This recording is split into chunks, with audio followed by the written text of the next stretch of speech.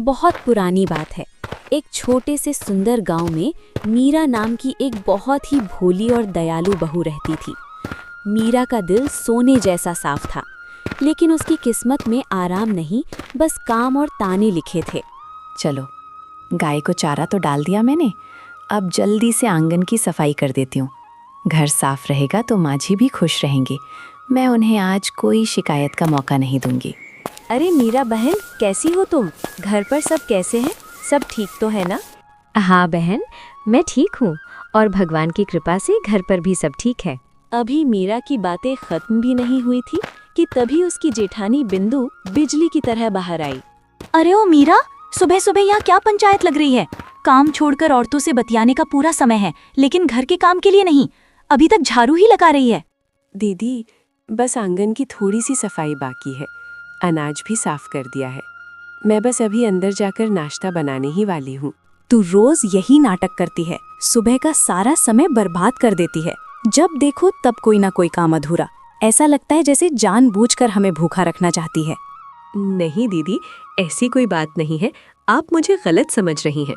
भला मैं क्यों आप लोगों को भूखा रखूंगी? अभी बिंदु और मीरा की बहस चल ही रही थी कि तभी मीरा की सास सावित्री देवी कमरे से बाहर निकलती हैं।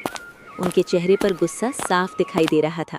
ये सुबह सुबह क्या शोर मचा रखा है तुम दोनों ने? पूरा मोहल्ला सुन रहा है।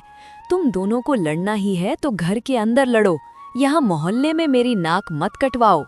माँ जी देखिए ना, सुबह सुबह काम छोड़कर गली की औरतों से गप्पे लड़ा रही है ये मीरा। अभी तक झाड़ू ही खत्म नहीं हुआ है, नाश्ता बनने का तो कोई ठिकाना ही नहीं है। अरे, अभी तक झाड़ू ही लगा रही है? दिन चढ़ाया है, काम चोर कहीं की। घर का इतना काम पड़ा है और तुझे गपशप सूझ रही है। माँ जी, बस 2 बातें हुई थी, मैं काम ही कर रही थी। बस थोड़ा सा काम बचा है, अभी अंदर जाकर नाश्ता बना देती हूँ। हर बात का जवाब है तेरे पास। जा अंदर जा और जो कहा है वो कर। यहाँ खड़ी होकर मेरा मुंह क्या देख रही है? वैसे माँ जी, आज मेरा तो गर्मा गर्म प्याज के पकौड़े खाने का बहुत मन कर रहा है। बहुत दिन हो गए कुछ अच्छा खाए हुए। वैसे भी मीरा सादा खाना ही बनाती है। अरे हाँ बहू, आज तो पकौड़े बनने ही चाहिए। मीरा रुक जा, पहले हम सबके लिए चाय और पकौड़े बना, फिर अपना काम करना। इस गरीब की बेटी से आज पकौड़े ही बनवाएंगे। बेचारी मीरा चुपचाप बिना कुछ कहे रसोई के अंदर चली गई। उसने चूल्हा जलाया और भारी मन से पकौड़े बनाने की तैयारी करने लगी। मीरा ने बड़ी मेहनत से सबके लिए नाश्ता और पकौड़े तैयार किए। सबको खिलाने के बाद जब घर का सारा काम खत्म हुआ, तब कहीं जाकर उसे खुद के लिए 2 निवाले नसीब हुए। लेकिन सुकून तो जैसे उसकी किस्मत में था ही नहीं। अरे ओ मीरा, बाद में कर लेना ये पेट पूजा। अभी उठ और जल्दी से ढेर सारे प्याज के पकौड़े बना। गांव की औरतें आने वाली हैं, सबके लिए हरी चटनी भी पीस लेना। माँ जी, अभी तो आप दोनों ने नाश्ता किया है, मैं बस ये 2 निवाले खाकर अभी बना देती हूँ। कल से पेट में अन्न का एक दाना नहीं गया है, बहुत भूख लगी है। अरे बाप रे, देखो तो इसे, अब ये हमारे खाने पर भी नजर लगाएगी। कितनी जुबान चलने लगी है इसकी। अपनी सास को मना करेगी अब तू। नहीं माँ जी, मेरा वो मतलब नहीं था, आप गुस्सा मत होइए, मैं अभी जाकर पकोड़े बनाती हूँ। मीरा अपनी भूख मारकर फिर से रसोई में जुट गई। शाम हुई, मेहमान आए और चले गए। रात ढलते ही आंगन के एक कोने में सावित्री देवी और बिंदु एक नई योजना बनाने लगी। माँ जी, मैं सोच रही थी कि ये मीरा सुबह काम निपटाकर सारा दिन महारानी की तरह खाली बैठी रहती है। क्यों ना इसका ये समय काम में लगाया जाए? बात तो सही है बहू, पर क्या काम? हमारी गाय इतना दूध देती है, क्यों ना मीरा रोज सुबह गांव-गांव जाकर वो दूध बेचे। इससे घर में 4 पैसे भी आएंगे और इसके मुफ्त की रोटियां भी कम होंगी। वाह बहू, क्या दिमाग पाया है तूने। मीरा, ओ मीरा, इधर आ जरा। कल से तू गाय का दूध निकालेगी और गली गली जाकर उसे बेचेगी। घर में पैसों की तंगी है, कोई बहाना नहीं चलेगा। पर माँ जी, मैं तो गांव में किसी को ठीक से जानती भी नहीं। दूध बेचने में कौन सी पढ़ाई लगती है? कल सुबह 4 बजे उठ जाना, याद रहे। अगली सुबह जब सारा गांव गहरी नींद में सोया था, मीरा अपने नए सफर की तैयारी में जुट गई। उसने सूरज निकलने से पहले ही घर का सारा काम निपटा लिया और भारी मन से गाय का दूध निकालने पहुंची। आज शिकायत का कोई मौका नहीं दूंगी। बस शांति से सारा दूध बिक जाए तो माजी और दीदी खुश रहेंगी। भगवान, आज मेरी लाज रखना। आज पहला दिन है बहू, अच्छे से काम करना। एक बूंद भी दूध गिरना नहीं चाहिए और शाम तक सारा हिसाब बराबर होना चाहिए। मीरा डरे हुए कदमों से गांव की तरफ चल दी। रास्ते में वो ग्राहकों को ढूंढ रही थी, तभी उसकी नज़र सड़क किनारे बैठी एक गरीब औरत सुमन पर पड़ी। बहन, भगवान के लिए कुछ खाने को दे दो। मेरे बच्चे कल से भूखे हैं।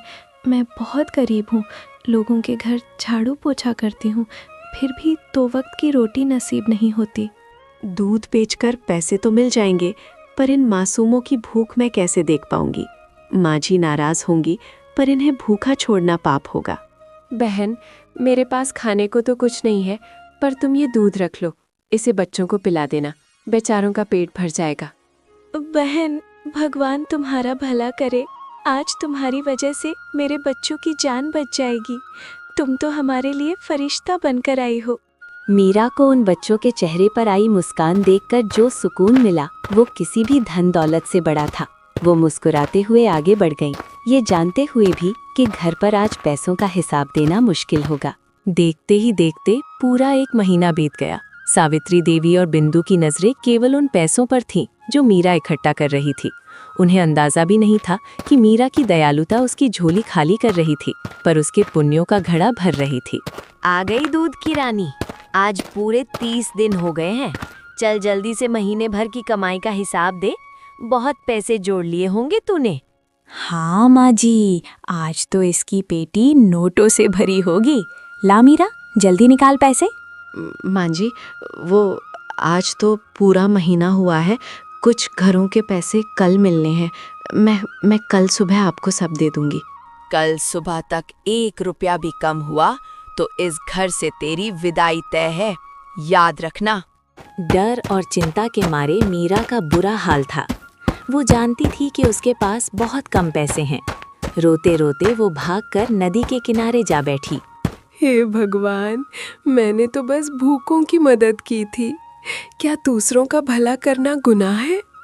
अब मैं माजी को क्या मुंह दिखाऊंगी? वो मुझे घर से निकाल देंगी।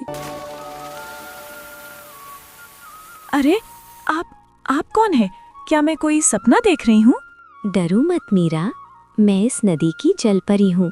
मैं बहुत दिनों से देख रही हूँ कि तुम कैसे खुद भूखी रहकर दूसरों का पेट भरती हो। तुम्हारी निस्वार्थ दया ने मेरा दिल जीत लिया है। पर जलपरी जी, मेरी दया ने मुझे मुसीबत में डाल दिया है। मेरे पास माजी को देने के लिए पैसे नहीं हैं। ये लो मीरा, इसमें साधारण पानी नहीं, मेरे आशीर्वाद की शक्ति है। इसे ले जाकर अपनी उस पेटी के ऊपर रख देना जहाँ तुम पैसे रखती हो। कल सुबह का सूरज तुम्हारे लिए खुशियाँ लेकर आएगा। मीरा ने कांपते हाथों से वो मटका लिया। जलपरी वापस पानी में समा गई और मीरा एक नई उम्मीद के साथ घर की ओर चल दी। रात के अंधेरे में मीरा ने वो जादुई मटका अपनी पेटी पर रख दिया और भगवान का नाम लेकर सो गई। उसे अंदाजा भी नहीं था कि सुबह का सूरज उसके जीवन का सारा अंधेरा मिटाने वाला है।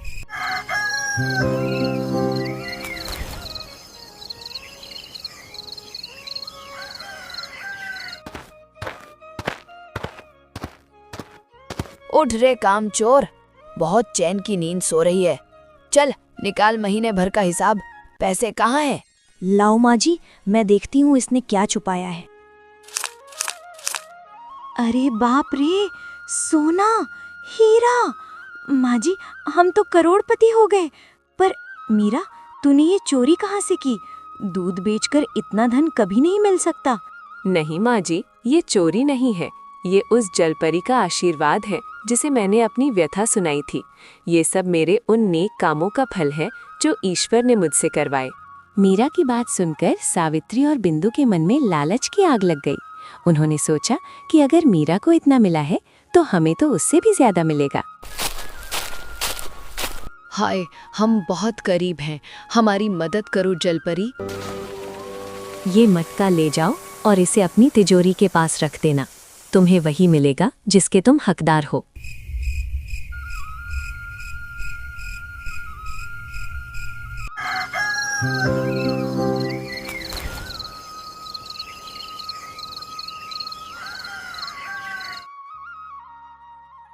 नहीं माँ जी, हमारे सारे पुराने गहने, सारा पैसा सब पत्थर बन गया। उस जलपरी ने हमें धोखा दिया।